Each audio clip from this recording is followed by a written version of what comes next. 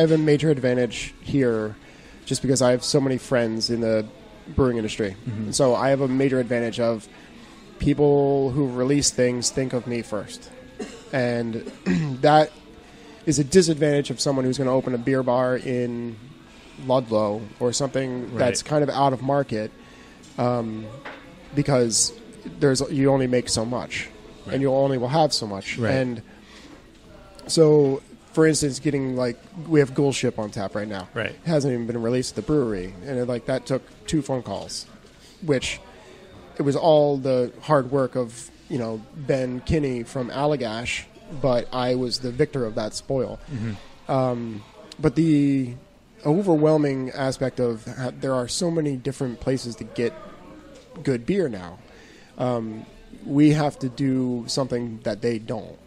And the thing that we do is educate our staff not better than, but hopefully better than everyone else. And I mean, what it comes down to is experience. And if you go into a place and you have a bad experience, you're not going to go back. They could have the best food in the world. Absolutely. Yeah. Totally. Absolutely. And so the beer has kind of taken a secondary focus. We used to be the only place you can go get Hill Farmstead, the only place you can go get this Schneider Weiss, the only place you can go get Upper Pass when they first came out. And not the only place, you know what I mean. But that you can get those anywhere now. And I'm way more highly selective of the beers that I bring in, just because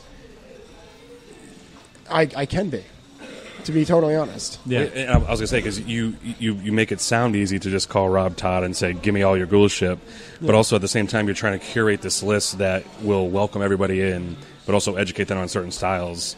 So how has it been trying to not just educate your staff, but what's the crowd been like? What are they going for? Is it easy for you to convert them into a craft beer fan if they're not? How's that? I got two parts of that. One is there is a very good reason why I always have a couple beers that are under $5. We are still a blue collar town, and we still have to cater to the blue collar worker who comes through the door and wants $5 7% alcohol IPA. Mm-hmm. And so I search out the best one I can find, and so there's a good reason why I will. It's it's the brew pub mentality. I'll always have a Pilsner pale ale, IPA, porter, stout, and go from there. And Allagash White. Allagash White is for that. Do you have anything like Blue Moon?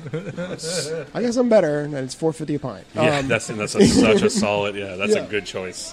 But man. in the other vein, I can count on more than fingers and toes the amount of times that I remember back in the day when so and so would come in, and we had to introduce them to what a brown ale was, and then they started drinking brown ales, and then you overhear these two guys talking, or from back in the day, they were Budweiser drinkers.